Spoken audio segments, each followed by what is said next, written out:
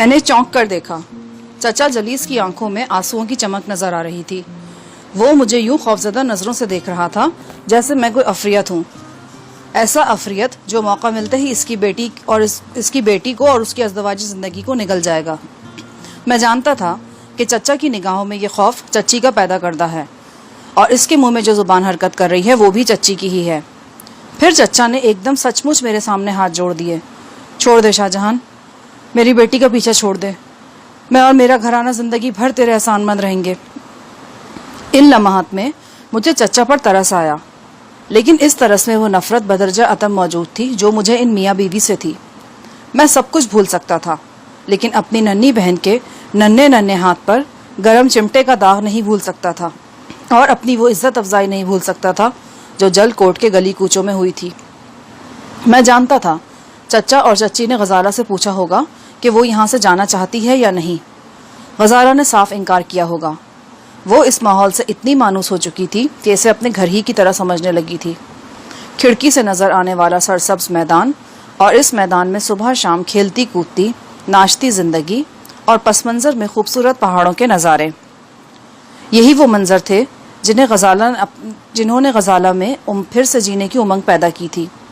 وہ ان مناظر سے جدا ہونے کا تصور بھی نہیں کر سکتی تھی. کسی وقت اگر میں کھڑکی پر پردے کھینچ دیتا تو وہ بے چین ہو جاتی. یوں محسوس ہوتا تھا کہ اس کا دم گھٹ رہا ہے. میں اس کی ذہنی کیفیت سے اچھی طرح واقف تھا. میں غزالہ سے پوچھے بغیر ہی یقین سے کہہ سکتا تھا کہ چچا چچی غزالہ کو اس کی خواہش کے بغیر یہاں سے لے جا رہے ہیں. میں جانتا ہوں آپ یہاں سے کیوں جا رہے ہیں. آپ کو ڈر ہے کہ آپ کا داماد اس بات پر ناراض ہوگا کہ غزالہ اس گھر میں رہتی ہے جہاں میں رہ رہا ہوں. آپ کا خوف بجا ہے. مجھ جیسا خطرناک شخص آپ کی بیٹی کی خوشگوار ازدواجی زندگی کو کسی بھی وقت تباہی کے کنارے پر پہنچا سکتا ہے. بالکل ٹھیک سوچ رہے ہیں آپ. میں ہی کوڑ مغز ہوں. آپ کے کہنے سے پہلے ہی مجھے اس کا علم ہو جانا چاہیے تھا. بہرحال آپ فکر مند نہ ہوں. آپ جتنے دن یہاں اپنی بیٹی کے ساتھ رہنا چاہتے ہیں سکون سے رہیں. میں کہیں اور چلا جاتا ہوں. میرا مطلب، میں نے کہہ دیا نا، آپ نوریلیا میں دوبارہ میری صورت نہیں دیکھیں گے. میری وجہ سے خود کو اور اپنی بیمار بیٹی کو ہوٹلوں میں خراب نہ کریں. میں نے اسی وقت اپنا مختصر سامان سمیٹا، ایس پی برکت کو ساتھ لیا اور تانگورے کے گھر سے روانہ ہو گیا. تانگورے کا والد رام سنہا تو اسپتال میں تانگورے کے پاس تھا. گھر میں صرف اس کی والدہ، بہنیں اور بھابھی تھیں. میرے یوں اچانک روانہ ہونے پر وہ سخت حیران ہوئی. تانگورے کی والدہ کا اصرار تھا کہ میں کم از کم تانگورے کے والد کے آنے تک رک جاؤں. میں نے کہا میں ان سے خود بات کر لوں گا. میرے لیے رکنا ممکن نہیں ہے ورنہ میں رک جاتا. نادو نے پوچھا اور بڑی بہن غزالہ؟ میں نے کہا امید ہے کہ وہ یہیں رہے گی. اور ان کے والدین؟ وہ بھی یہیں رہیں گے. میں چاہتا ہوں کہ وہ جب تک رہیں انہیں کوئی شکایت نہ ہو. میں نے کچھ رقم زبردستی نادو کے حوالے کر دی. وہ انکار کرتی رہ گئی. میری روانگی پر وہ افسردہ تھی اور جاننا چاہتی تھی کہ آخر ایسی کیا وجہ ہو گئی ہے کہ میں جا رہا ہوں اور باقی لوگ یہیں ہیں. میں نے اسے دلاسا دیتے ہوئے کہا میں نوریلیا سے نہیں جا رہا. یہیں کسی ہوٹل میں ٹھہروں گا. تم سے پھر ملاقات ہوگی اور اللہ نے چاہا تو ہم سب تانگورے کو دوبارہ بھاگتے ہوئے بھی دیکھ سکیں گے. تانگورے کی بوڑھی والدہ سنہالی میں مسلسل وائیویلا کر رہی تھی. اس کی آنکھوں میں آنسوؤں کی چمک تھی. میں اس کی مکمل بات تو نہیں سمجھ سکتا تھا، تاہم مفہوم میری سمجھ میں آ رہا تھا. وہ کہہ رہی تھی کہ تانگورے میری ہر بات مانتا ہے. میں اسے سمجھاؤں کہ وہ ہندو سیٹ کی لڑکی کا خیال دل سے نکال دے. اس دفعہ تو وہ زندہ بچ گیا، اگلی مرتبہ وہ لوگ اسے جان سے مار ڈالیں گے. میں نے اشاروں کے نائے میں بوڑھی عورت کو سمجھایا کہ وہ حوصلہ رکھے، عنقریب سب کچھ ٹھیک ہو جائے گا. ان حالات میں نوریلیا سے جانے کا سوچ بھی نہیں سکتا تھا. صرف چچا چچی کی پریشانی کم کرنے کے لیے میں نے تانگورے کا گھر چھوڑا تھا. میں کسی قریبی ہوٹل میں ٹھہرنا چاہتا تھا اور میری خواہش تھی کہ غزالہ کے حالات سے مجھے ہر پل خبر رہے. نہ جانے کیوں مجھے اس سے دور جاتے ہوئے ڈر سا لگ رہا تھا. نوریلے کے وسط میں واقع ایک شاستری نامی ہوٹل میں ہمیں قیام کے لیے پسند آیا. صاف ستھرا علاقہ تھا، رونق بھی تھی اور ٹیلی فون کی سہولت جو نوریلیا میں خال ہی مہیا تھی اور یہاں موجود تھی. اس ہوٹل میں داخل ہوتے ہی اندازہ ہو گیا کہ مالک کوئی ہندو ہے، کیونکہ استقبالیہ کے عین پیچھے ایک شوکیس میں دیوی دیوتاؤں کی طلائی مورتیاں آراستہ تھیں. یہ نیم اریاں اور اریاں مورتیاں ہندو دیو مالا کے جنسی پہلو کو اجاگر کر رہی تھیں. ہم استقبالیہ پر پہنچے ہی تھے کہ سامنے سنگ سرخ کے زینوں سے انیلا اترتی نظر آئی. وہ پتلون قمیض میں تھی. بال بڑی شان سے شانوں پر بکھیر رکھے تھے. ایک ہیجان انگیز کشش تھی اس کے سراپے میں. اس کے ساتھ ایک بوائے کٹ بالوں والی لڑکی بھی تھی. میں انیلا کو دیکھ کر حیران رہ گیا اور وہ مجھے. میرے حیران ہونے کی وجہ یہ تھی کہ انیلا کو اس کے انگلینڈ پلٹ غزیلے بھائی سرجیت نے نوریلیا سے باہر بھیج رکھا تھا اور اس کے آزادانہ گھومنے پھرنے پر پابندیاں عائد تھی. لیکن اب وہ یہاں نظر آ رہی تھی. انیلا مجھے دیکھ کر اس لیے حیران ہوئی کیونکہ میں تانگورے کے گھر ٹھہرا ہوا تھا اور میرے ساتھ غزالہ بھی تھی. لیکن اب میں بوریا بستر اٹھائے ہوٹل کے استقبالیے پر موجود تھا. آپ یہاں؟ وہ حیرت سے بولی. یہی سوال تو میں تم سے پوچھ سکتا ہوں. یہ تو ہوٹل ہی ہمارا ہے. تب میرا دھیان ہوٹل کے نام کی طرف گیا. نیون سائن کے مطابق یہ شاستری ہوٹل تھا اور انیلا کے پتا صاحب کا نام بھی یہی تھا. اس کا مطلب ہے کہ ہم ٹھیک جگہ پر آ گئے ہیں. نہیں، آپ غلط جگہ پر آ گئے ہیں. کیا مطلب؟ اگر آپ کو کسی وجہ سے تانگورے کا گھر چھوڑنا ہی پڑا ہے تو آپ ہوٹل میں نہیں ٹھہریں گے. چلے میرے ساتھ، میں آپ کو گھر میں ٹھہراؤں گی. نہیں، یہ مناسب نہیں ہے. مناسب تو یہ بھی نہیں کہ ہم یہاں دروازے پر کھڑے ہو کر باتیں کرتے رہیں. چلے آئیں، گاڑی میں بیٹھے، پھر بات ہوگی. میں منع ہی کرتا رہا لیکن علینا نے پورٹرز کو اشارہ کر دیا. انہوں نے پلک جھپکتے میں ہمارے سفری بیگ اٹھائے اور باہر سڑک پر کھڑی شاندار مرسیڈیز میں رکھ دیے. پھر وہ خود بھی ہمارے اصرار پر ساتھ گاڑی میں پھر وہ ہمیں بھی بڑے اصرار کے ساتھ گاڑی میں لے آئی. وہ گاڑی خود ڈرائیو کر کے یہاں پہنچی تھی. میں اور ایس پی برکت پچھلی نشست پر بیٹھ گئے. دونوں لڑکیوں نے اگلی سیٹیں سنبھال لی اور بے آواز گاڑی شاستری ہوٹل کے مین گیٹ کے سامنے سے یوں پھسلی جیسے وہاں کبھی تھی ہی نہیں.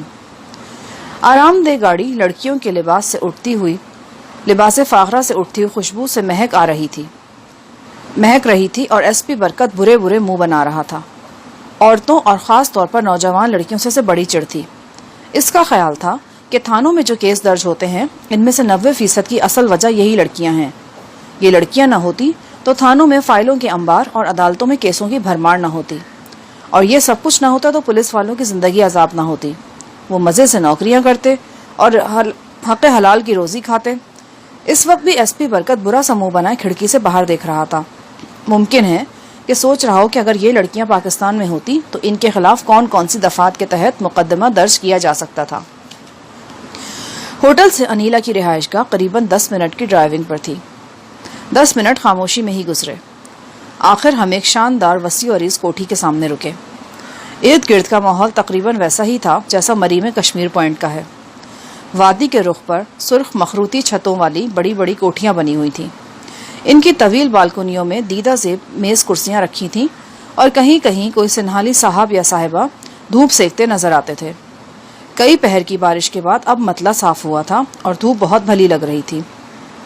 شاستری لال سینما اونر اور ہوٹل اونر تھا. اس کی رہائش گاہ اس کی حیثیت کے عین مطابق تھی. پورچ میں 3-4 گاڑیاں موجود تھیں اور عمارت کی اندرونی آرائش بھی دیکھنے کے لائق تھی. ایک بیڈمنٹن کورٹ کے قریب رکھی کرسیوں پر ہمیں انیلا کا بھائی سرجیت بیٹھا نظر آیا. اس کے دونوں ہاتھ کلائیوں سے 6-7 انچ اوپر تک پلستر میں جکڑے ہوئے تھے اور وہ گود میں کوئی انگلش رسالہ رکھے پڑھ رہا تھا. اس کی پیشانی پر گہری شکنیں تھیں اور یہ شکنیں دیکھ کر ہی کہا جا سکتا تھا کہ یہ ہپی نما شخص غصے کا سور ہے. ہم اس کے پاس سے گزرے لیکن وہ ایک نگاہ غلط انداز ہم پر ڈالنے کے بعد دوبارہ رسالے کی طرف متوجہ ہو گیا. یہ کون صاحب ہیں؟ میں نے دبی زبان میں انیلا سے پوچھا. یہ میرا بڑا بھائی سرجیت ہے. چند دن پہلے سے ڈاکوؤں نے گھیر لیا تھا. اسی واقعے میں اس کے بازوؤں میں چوٹیں آئی ہیں. لگتا بھی بڑے قصائی قسم کے ڈاکو تھے، ایس پی برکت نے کہا اور معنی خیز نظروں سے میری طرف دیکھنے لگا. اسے اچھی طرح معلوم تھا کہ سرجیت کی یہ دھنائی میرے ہاتھوں ہوئی ہے. ہم کوٹھی کی نشست گاہ میں پہنچے. انیلا نے ہمارے سامنے مشروبات وغیرہ رکھوائے. اس نے اپنی ساتھی لڑکی کو راستے میں ہی ڈراپ کر دیا تھا. اب وہ ہمارے سامنے تنہا بیٹھی تھی. وہ کچھ بدلی نظر آ رہی تھی. میں نے پوچھا، کیا بات ہے؟ تم نے اب تک تانگورے کا حال چال نہیں پوچھا؟ مجھے معلوم ہے کہ اس کا آپریشن ہوا ہے. انیلا نے مختصر جواب دیا. یہ تو بہت سے لوگوں کو معلوم ہے. تمہیں تو کچھ زیادہ معلوم ہونا چاہیے تھا. کیوں؟